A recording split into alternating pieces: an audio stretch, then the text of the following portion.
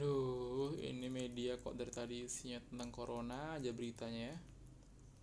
Kayak nggak ada aja kasus lain yang bisa diangkat. Gini amat yang ngejar rating, ngejar duit. Pelaku penyiraman air keras kepada Pak Novel Baswedan dihukum 1 tahun penjara. Ya wajar lah, namanya juga di Indonesia. Di Indonesia kan hukum bisa dibeli. Dan lagian 1 tahun itu ya cukup lah untuk ukuran pelaku yang statusnya cuman boneka, cuman suruhan. Kan yang nyuruh nggak ketangkep. Aduh, Indonesia kapan lah mau maju kalau kayak gini terus. Oke, assalamualaikum warahmatullahi wabarakatuh. Nama saya Rizky Armansyah, saya dari mahasiswa psikologi UIR Universitas Islam Riau di Pekanbaru di Riau.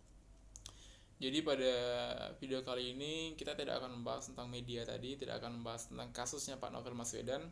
Kita akan membahas tentang yang namanya The Prediction of Consumer Behavior New Normal After COVID-19. Keren ya judulnya.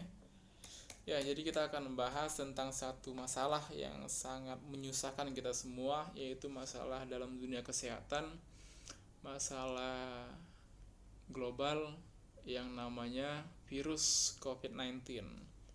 Jadi virus ini virus yang mengganggu kesehatan sekaligus mengganggu di sektor lainnya seperti ekonomi, seperti keagamaan, bahkan sosial budaya hingga pendidikan. Tapi kita tidak akan membahas semua sektor itu, kita hanya akan membahas tentang dampak corona terhadap sektor ekonomi. Spesifiknya adalah perilaku pembelian, perilaku jual beli.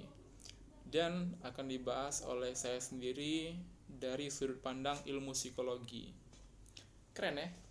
Kita membahas masalah kesehatan yang berdampak dalam dunia ekonomi dari sudut pandang seorang psikologis. Oke. Nah, jadi beberapa hari yang lalu pemerintah melalui Kementerian Kesehatannya telah menerbitkan protokol new normal yang bisa teman-teman baca sendiri apa aja isi panduannya. Saya tidak akan bahas itu karena terlalu panjang. Nah, jadi beberapa hari yang lalu juga saya sudah mewawancarai beberapa teman saya tentang apa saja sih perubahan yang terjadi dalam perilaku pembelian mereka setelah era new normal dan sebelum era new normal. Jadi yang pertama, saya kebetulan di sini saya tidak ada video wawancaranya karena saya menaati pemerintah sih. Jadi saya tidak bisa berjumpa langsung dengan teman saya tersebut, saya hanya mewawancarai via telepon. Nah, jadi langsung saja ke inti-intinya aja, ke poin-poin pentingnya saja. Jadi ada beberapa aspek yang saya tanyakan, yang saya jadikan pertanyaan dan saya tanyakan kepada subjek saya tersebut tentang apa saya sih seperti aspek bagaimana perubahan yang terjadi kepada mereka. Terus ada aspek kegiatan apa saja yang sudah dilakukan. Ini kegiatan pembelian ya, kegiatan pembelian apa saja yang telah dilakukan selama era new normal ini. Terus apa saja harapan mereka terhadap masalah ini dalam perilaku jual beli. Oke. Jadi ada beberapa poin penting. Yang pertama, saya menyimpulkan langsung aja dari seluruh subjek yang saya wawancarai ya. Jadi yang pertama dalam aspek prediksi dulu, hampir seluruh subjek sepakat bahwasanya adanya virus corona ini itu sangat mempengaruhi perilaku pembelian mereka. Seperti contoh, yang biasanya mereka membeli barang secara langsung di toko-toko offline, di pasar, atau dimanapun secara langsung sekarang sudah tidak bisa lagi. Bukan tidak bisa sih, sekarang sudah tidak pernah dilakukan mereka lagi. Jadi mereka sekarang rata-rata membeli itu via online. Kadang beli di toko-toko juga, tapi lewat itu ojek online. Terus dari aspek yang kedua itu ada aspek perubahan. Jadi selama masa pandemi ini mereka melakukan pembelian kebutuhan mereka di online shop rata-rata. kecuali bahan-bahan pangan mereka seperti telur, nasi, dan lain sebagainya, itu mereka tetap membeli di pasar ataupun di toko. Tapi dengan catatan mereka tetap menerapkan protokol new normal yang telah diterbitkan pemerintah, seperti social distancing, memakai masker, dan sebagainya. Terus yang ketiga, aspek kegiatan.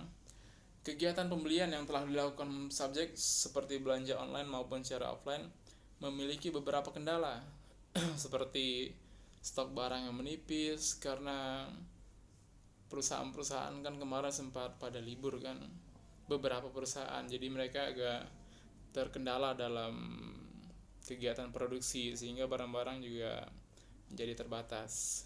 Terus seperti harga barang yang meningkat drastis karena barang langka, terus harganya pun jadi meningkat.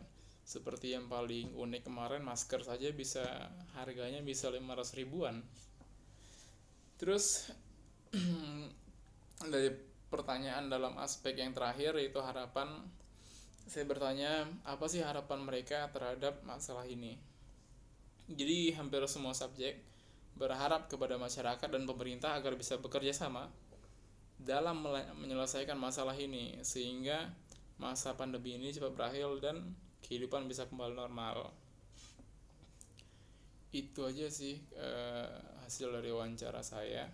Nah, yang menarik di sini adalah jadi dalam ilmu psikologi itu ada satu teori yang sangat hebat lah di dunia psikologi.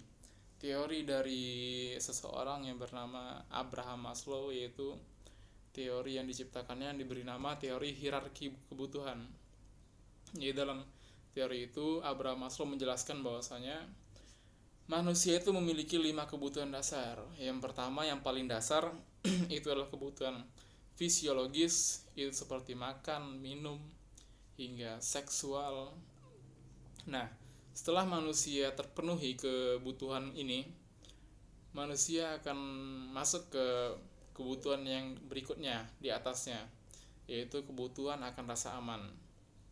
Nah, sampai sini kita stop dulu.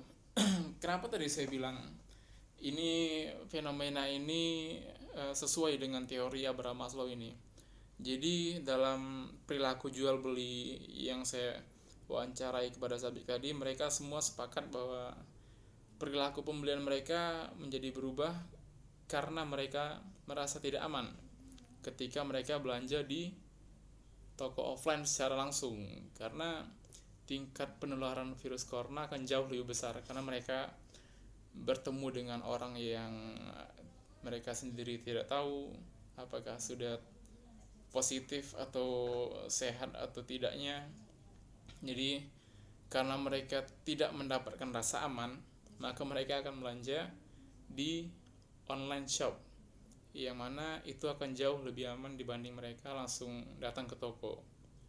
Nah, jadi dari teori yang telah dikemukakan tadi, kita tahu bahwasanya kebutuhan rasa aman itulah yang membuat masyarakat merubah kebiasaan belanja mereka dari secara offline menjadi belanja secara online, karena alasan-alasan yang sudah saya jelaskan tadi.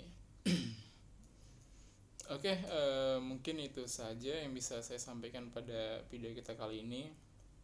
Saya mohon maaf kalau ada salah-salah kata, saya mohon maaf kalau ada kekurangan, dan saya berterima kasih kepada subjek saya yang setelah menyediakan waktunya untuk menjawab pertanyaan-pertanyaan yang saya berikan.